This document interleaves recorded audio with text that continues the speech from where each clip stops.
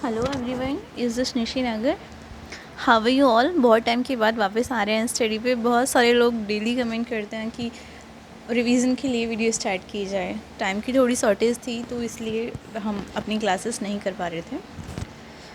आज हम अपनी पॉलिटी के रिवीजन से स्टार्ट करते हैं और पॉलिटी की हम फर्स्ट क्लास रखते हैं जिसमें हम कॉन्स्टिट्यूशन के बारे में पढ़ेंगे।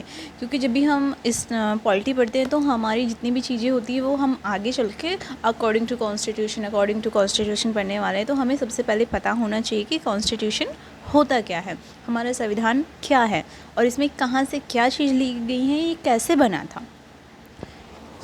क्लास स्टार्ट करते हैं। बहुत बार इसको क्रिटिसाइज़ भी किया गया है। जब ये बना था उस टाइम पे विंस्टन चर्चिल ने तो ये भी बोला था कि ये चल ही नहीं पाएगा, क्योंकि भारत एक ऐसा देश है जो बहुत ज़्यादा विविधताओं से भरा हुआ है और इसे सम्मिलित करना, एकजुट में लेकर आना बहुत ही मुश्किल का काम है। वो तो पटेल जी और नेहरू जी का जज्बा था, उनकी इंटेलिजेंसी थी कि उन्होंने भारत को एक बना दिया। बहुत सारे लोगों का योगदान भी है, बलिदान भी है हमारे देश को आज़ाद कराने में, स्वतंत्र कराने में और हमारे कॉन्स्टिट्यूशन में भी, हमारे संविधान को बनाने में भी। सबसे पहले हमारा बेसिक सा इंट्रो होना चाहिए। कॉन्स्टिट्यूशन मतलब हमारा संविधान, एक कानून रूप में, कानून हमारा एक लिखित रूप में जो हमारे पास है हमारे देश का शासन चलाने के लिए, उसी को संविधान बोला जाता है। और ये सारे नागरिकों को एक समान अधिकार देता है और इसी संविधान ने हमें राइट्स ड्यूटी दोनों दिए हुए हैं। PDF जो शो हो रहा है वो इंग्लिश में है, लेकिन बाकी सारी बातें हम दोनों लैंग्वेज में करेंगे क्योंकि बहुत सारे बच्चे इंग्लिश के भी होंगे, हिंदी के भी होंगे जो वीडियो शो करते हैं। वर्डिंग की अच्छे से पहचान करने के लिए, समझने के लिए हम दोनों ही लैंग्वेज का यूज़ करेंगे। बहुत सारे लोग ये भी बोलते हैं कि हमने इसको बोरो किया है, हमारे संविधान को, कॉन्स्टिट्यूशन को। तो इसमें कोई बुराई वाली बात नहीं है, अच्छी बात है। अच्छी चीज़ें दूसरे लोगों से बोरो करनी चाहिए। मेरा तो मानना है कि बहुत सारी और भी चीज़ें ले लेनी चाहिए थी कॉन्स्टिट्यूशन में, लेकिन जितना भी है अभी हमारे पास वो बहुत ही सॉलिड है और बहुत ही यूज़फुल है। बहुत सारे देशों में ऐसा नहीं है जैसा हमारे देश में हमारा कॉन्स्टिट्यूशन है, हमारे पास लिखित रूप में है। सबसे बड़ी विशेषता इसकी यही है कि हमारे पास नोटेबल है ये, हम अकॉर्डिंग टू कॉन्स्टिट्यूशन ही अपना शासन चलाते हैं। रसिया, चाइना में ऐसा नहीं होता है और हमारे पास इसलिए है बोलने का अधिकार भी क्योंकि हमारे पास संविधान है। संविधान हमें, कॉन्स्टिट्यूशन हमें इस बात की मान्यता देता है, अधिकार देता है और सबको न्याय देता है। कभी कभी हम मानते हैं कि न्याय में डिले हो जाता है, लेकिन सही और सत्य की परख करने के लिए देरी होती है, लेकिन न्याय भी तो मिलता है। क्योंकि हमारी जो न्यायपालिका है, हमारा जो कोर्ट्स हैं, वो कभी किसी को गलत पे सज़ा नहीं देना चाहते, इसलिए छानबीन करना बहुत ज़रूरी होता है। तो आज हम अपने कॉन्स्टिट्यूशन को पढ़ेंगे और समझेंगे कि क्या क्या हुआ था कॉन्स्टिट्यूशन बनने के पीछे, असेंबली बनने के पीछे का पूरा इतिहास क्या था। आज हम पूरा हिस्ट्री पढ़ने वाले हैं अबाउट टू कॉन्स्टिट्यूशन।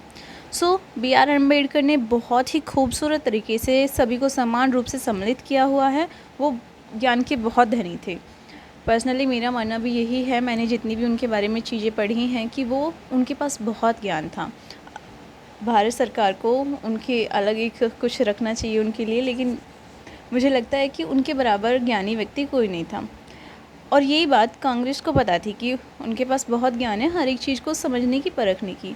इसलिए गांधी जी और BR अम्बेडकर की कभी बनती नहीं थी। उसके बावजूद भी गांधी जी ने ऐसा बोला था कि जब भी संविधान सभा बनेगी, संविधान को बनाने के लिए सभा समिति बनाई जाएंगी, तो BR अम्बेडकर का होना बहुत ज़रूरी है। हमारा जो कानून है वो बहुत सारे देशों के संविधान को पढ़ने और उनको समझने से, उनकी बहुत सारी चीज़ों को एनालाइज करने के बाद ही बना था। पहले तो हमने उनको देखा, एनालाइज किया और फिर अच्छे से जो भी अच्छी चीज़ें थी, अच्छी बातें थी, उन सबको वहाँ से अडॉप्ट कर लिया। इसीलिए बहुत सारे लोगों का मानना है और ऐसा बोलते हैं कि ये तो बोरो है और सारी अच्छी चीज़ें जो हैं वो बोरो की हुई हैं। हमारा मानना है कि जितनी भी अच्छी चीज़ें हों देश दुनिया में, हमें वो बोरो कर लेनी चाहिए। अगर संविधान में हमें कुछ अच्छा लगा, हमने अडॉप्ट कर लिया, तो आज हमारे लिए वो एक अच्छाई के रूप में है। और हमेशा लाइफ के हर फेज़ पे लर्निंग होनी चाहिए, तो कंटिन्यू रखना चाहिए। अच्छी चीज़ों को सीखने के लिए, समझने के लिए ये सब बहुत ज़रूरी है। तो इसलिए इसे सुप्रीम लॉ ऑफ इंडिया भी बोलते हैं, क्योंकि हमारा जो कानून है, हमारा जो संविधान है, वो ही सर्वोपरि है, उसी को सर्वोच्च माना गया है। इतना जांचने और पढ़ने के बाद तो इससे इतना फ्लेक्सिबल बनाया गया है। इसमें अभी तक 100 से भी ज़्यादा अमेंडमेंट हो चुके हैं। अमेंडमेंट करना इजी नहीं होता है, लेकिन कुछ चीज़ों में बदलाव करना बहुत ज़रूरी होता है। देखिए, पहले की बात करें तो पहले कुछ ऐसा होता था कि पहले राजा हुआ करते थे और सारी जो शक्तियाँ थी वो उन्हीं के पास हुआ करती थी। फिर जब इस्लाम का उदय हुआ, धर्म का उदय हुआ, तो क्रिश्चियंस जो थे उन सारी शक्तियाँ, सारी पावर्स उनके पास चली गई। चर्च जो हुआ करते थे और वो बहुत ही रूड बिहेव करते थे और सबको बोलते थे कि धर्म के बाहर नहीं जा सकते हैं, कुछ भी नहीं कर सकते हैं। जब राजाओं को ये बात पता चली तो उन्होंने देखा कि ये लोग तो बहुत ख़तरनाक खेल खेल रहे हैं और उन्होंने जो दायरा दिया था वो भी सीमित कर दिया गया था और सारी जो भी पावर्स थी वो उनसे वापस ले ली गई थी। उसके बाद पहले भारत में सब कुछ धर्म के अकॉर्डिंग ही चलता था, रूल्स था और उसके बाहर कोई काम नहीं किया जा सकता था। डॉक्यूमेंट्स, ऐसे हमारे पास कुछ डॉक्यूमेंट्स हैं जिनसे हमें पता चलता है कि धर्म के अकॉर्डिंग ही सब कुछ चलता था, जैसे कि चाणक्य का अर्थशास्त्र।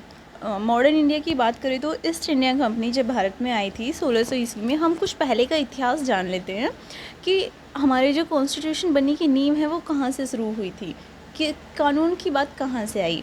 सबसे पहले हमें इस बात को जान लेते हैं। जब 1600 ईस्वी में ईस्ट इंडिया कंपनी भारत आई थी तो वो एक प्राइवेट कंपनी के रूप में आई थी। वो सिर्फ ट्रेड के लिए, व्यापार करने के लिए भारत आए थे। लेकिन जब 1764 में बैटल ऑफ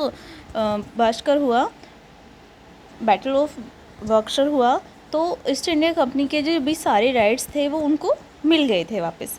अब उनको अवध पे, बंगाल पे, नॉर्थर्न जितने भी रीजन थे उनके राइट्स वापस मिल गए और वहाँ से वो टैक्स भी ले सकते थे और साथ ही वो जो आर्मी थी उसको भी कंट्रोल कर सकते थे और आर्मी को किसी भी राज्य में बिठा सकते थे।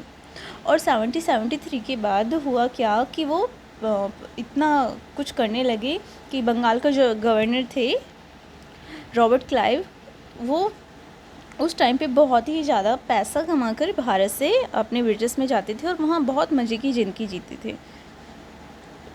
यहाँ पे आके वहाँ की जो सरकार थी, ब्रिटिश क्राउन जो था, उन्होंने सोचा कि इनके ऊपर रूल और रेगुलेशन रखने पड़ेंगे ताकि कंपनी को कंट्रोल किया जा सके भारत में। तो पहला जो कानून है वो फ्रेम होकर जो वहाँ से आया था कंट्रोल करने के लिए, वो था रेगुलेटिंग एक्ट। वो सिर्फ कंपनी को कंट्रोल करने के लिए आया था। कंपनी के जितने भी अधिकारी थे वो अवैध तरीके से जो भी काम कर रहे थे, लोगों से उपहार लेना, टैक्स लेना, ये सब, और फिर अपनी लग्जरी लाइफ जीना, वो उनको कंट्रोल करने के लिए आया था। ब्रिटिशर्स ने जितने भी एक्ट पारित किए वो इसलिए किए कि कंपनी के जो पावर्स हैं वो उनको मिले हुए थे और वो ख़त्म कर सकें और ब्रिटिश क्राउन के अकॉर्डिंग ही कंपनी एक्ट करे। हर एक्ट में कंपनी की जो पावर है या तो उसको कंट्रोल किया गया था या फिर ख़त्म किया जा रहा था।